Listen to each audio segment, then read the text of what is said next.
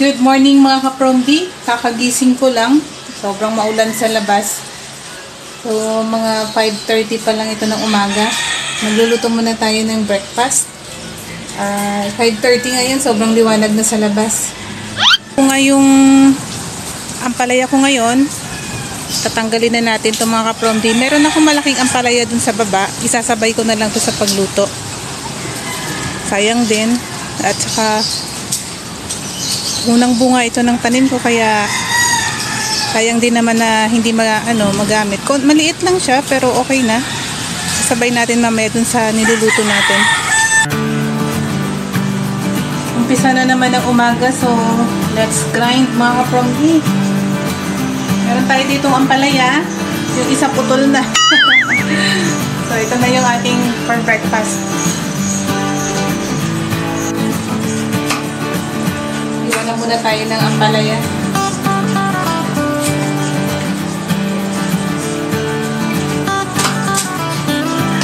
Tinanggalan ko ng buto yung ampalaya.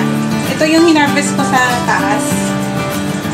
Sinama ko na siya sa lulutuin natin ampalaya na may itlog. Pinaka-basic na luto sa umaga. Tinatabi ko itong mga buto ng ampalaya mga ka-promdi.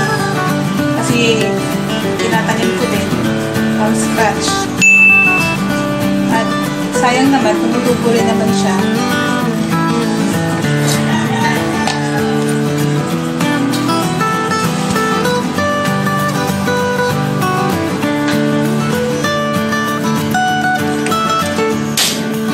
Sana natin yung apoy at magluluto na tayo ng ating breakfast, ang ampalaya. Lagay na natin yung mantika. Konti lang ng mantika. Ito yung pinaka-daily grind natin everyday mga ka-promdi. Luto muna ng breakfast bago magsasabak sa work. Step by step. Sunod natin yung sibuyas.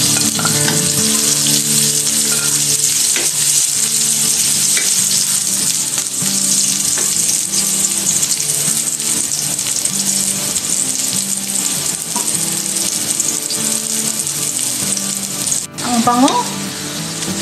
Minsan-minsan mga ka-promdi, nilalagyan ko talaga yung ampalaya na ginisa ng bagoong. Masarap din. Pag may bagoong kami sa bahay na available, nilagyan ko siya. Hindi na ako maglalagay ng asin kasi nga medyo maalat na rin yung bagoong. Isa-gisahin lang natin ito.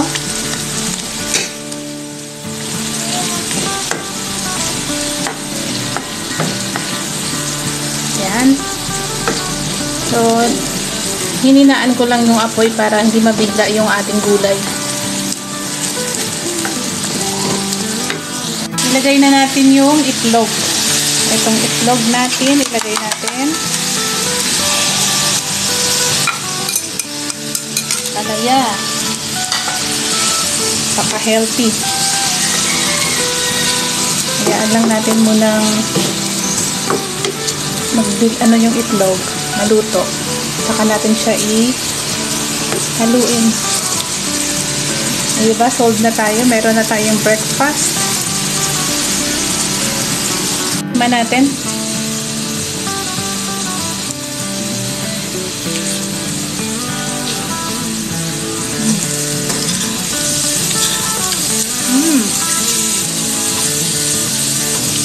Medyo mapait. Binabad ko na po yun dyan yung manok. Aatubuhin natin mga ka-promdi. Pang breakfast natin ito. Siguro sama na rin yung lunch nito kasi marami naman ito.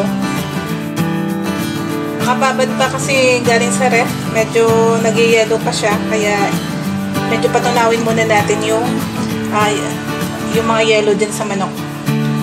Medyo gutom na ako mga ka-promdi. Hindi pa luto yung niluluto ko. Cereal na muna ako. Hindi na kaya. Lagay lang natin ito. Cereal na muna.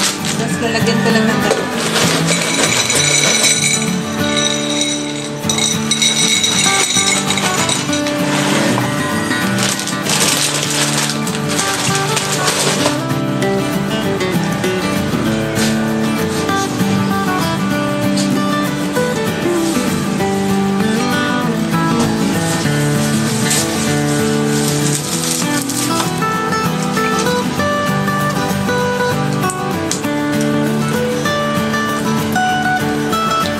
ko kanina hindi ko kaya yung hindi magkanin sa umaga. Pero tagal pa kasi maluto eh.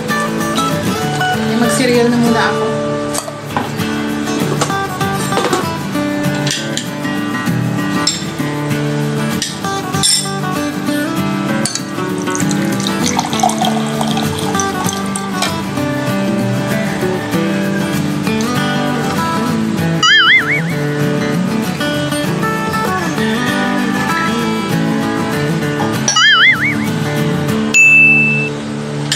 Pang hinihintay ko yung niluluto natin, cereal na muna ako.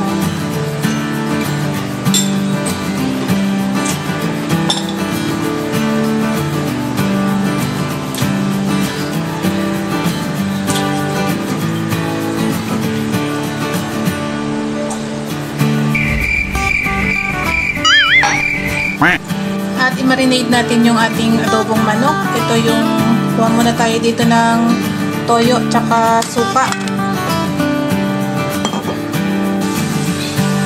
Sunod natin isa lang mamaya itong binabad natin na manok adobo. Luto na yung ating ampalaya. Binabad natin itong manok, isasalang na natin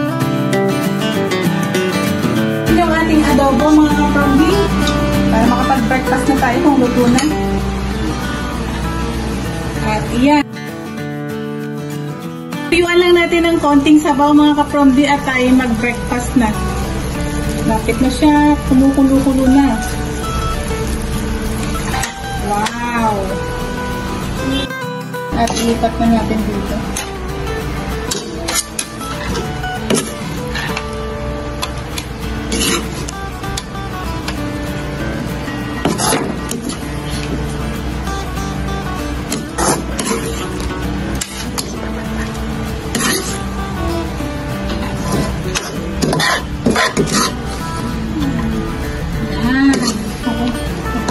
Ito yung ating bahaw.